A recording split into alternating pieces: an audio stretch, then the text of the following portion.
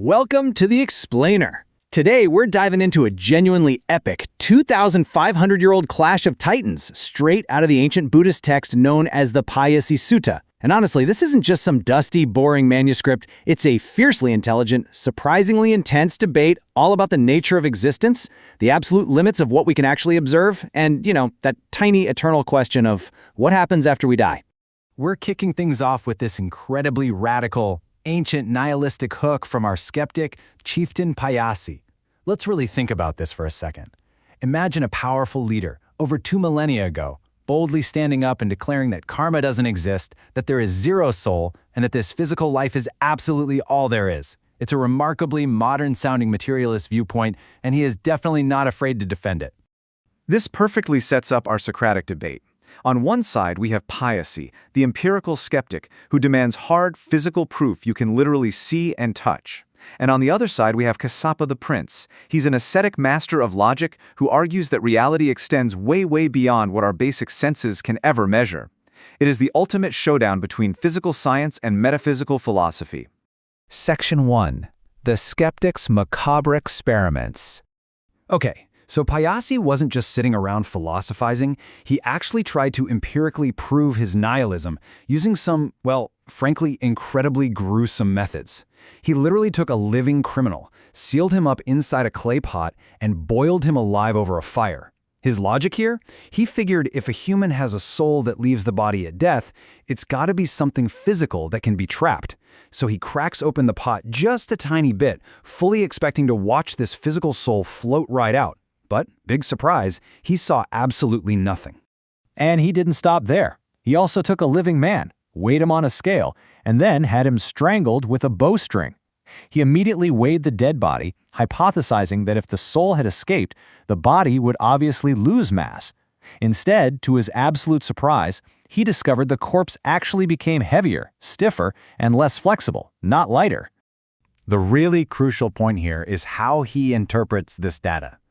Pāyāsi stubbornly concludes that since his physical experiments yielded no visible, measurable soul, the afterlife simply cannot exist.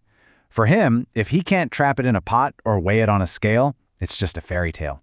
Section 2. Kassapa's Logical Parables. Here is where the narrative arc completely shifts. Kassapa listens to all of this, and he counters these brutal physical experiments with elegant, logical parables. He doesn't try to out-experiment Pāyāsi. Instead, he completely reframes how we should think about the problem.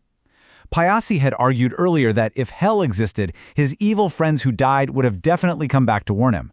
Kassapa perfectly dismantles this claim using the incredibly relatable simile of the condemned bandit. He asks Pāyāsi, if your men were about to execute a criminal and the criminal asked for a quick leave of absence just to visit his family, would the executioners let him go? Obviously not. Kassapa points out that similarly, beings trapped in a realm of punishment simply do not have the freedom to pop back up to Earth to give status updates. Well, what about his good friends? Pāyāsi asks, if heaven is so great, why didn't they come back to tell me about it? And Kassapa's response here is just brilliant. He compares our human realm to a literal stinking sewer. He says, imagine pulling a man out of a dung pit, scrubbing him totally clean, dressing him up in fine clothes, and putting him in a palace. Is that guy ever going to willingly dive back into the sewage? No way. Kassapa explains it to the gods. Our human world is exactly that filthy and repulsive. Good people who end up in heavenly realms have absolutely zero desire to return to the mess down here on Earth. Section 3. The Relativity of Time. Now, to explain why those heavenly beings haven't dropped by for a visit, Kassapa introduces a concept that sounds crazy modern. It's basically time dilation. He lays out the incredible math of the heavens, where time moves at this completely different, relativistic speed compared to us. Get this, just one single day and night up in the realm of the 33 gods is the exact equivalent of 100 human years passing by down here. And if we extrapolate that math, 36 million human years. That massive number represents the lifespan of those gods. They exist on a completely different temporal scale than we do. So, the crucial takeaway is this. Kassapa says, imagine your good friend goes to heaven and thinks, you know what, first I'll amuse myself in this paradise for just 2 or 3 days and then I'll go back and warn Pāyāsi. The tragic reality is that if a heavenly friend relaxes for just 3 heavenly days, 300 years have passed here on Earth and Pāyāsi is long, long dead. It's an absolutely stunning logical rebuttal. Section 4. The limits of perception. After totally dismantling the skeptic's arguments, Kassapa goes on the offensive, tackling the absolute limits of human observation. This simple but profound question perfectly frames the flaw in relying entirely on our basic physical senses to understand reality. I mean, Pāyāsi's whole worldview rests on the idea that if his physical eyes can't see it, it just isn't real. To show exactly how flawed this is, Kassapa astutely compares Pāyāsi to a man blind from birth. Imagine this blind man angrily denying the existence of the sun, the stars, and colors like blue, yellow, and red. He loudly claims, "I don't see it, therefore it doesn't exist." Kassapa points out that the blind man's inability to see color doesn't just erase the colors from the universe, it just highlights the limits of his own perception. And this brings us right to Kassapa's core thesis. He drives home that empirical physical tools cannot measure non-physical realities. You just can't weigh a soul on a meat scale. He argues that to see these realms, you need a completely different kind of perception, a clairvoyant perception trained through intense, dedicated meditation. Essentially, Pāyāsi is using the wrong instrument to measure the phenomenon. Section 5. Stubbornness and social conformity. So, what actually happens when unstoppable logic meets an immovable ego? In a truly surprising moment of honesty, Pāyāsi actually admits to Kassapa that he has been completely bested.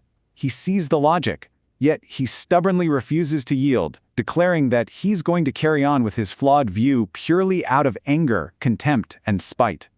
Why would anyone do that? Well, this perfectly hits on the trap of social conformity. Pāyāsi basically explains that the high kings of the land and even foreign leaders across the borders already know his famous skeptical stance. He is absolutely terrified of being mocked. He would literally rather live a lie than be seen as some foolish, incompetent leader who had to publicly backtrack on a mistake.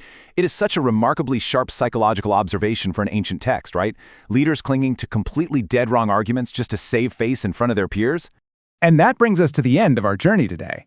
As we wrap up this explainer, I really want to leave you with a final thought directly inspired by Pāyāsi's ultimate failure. Ask yourself, how often do you let the fear of what other people think trap you in an argument you have already internally lost?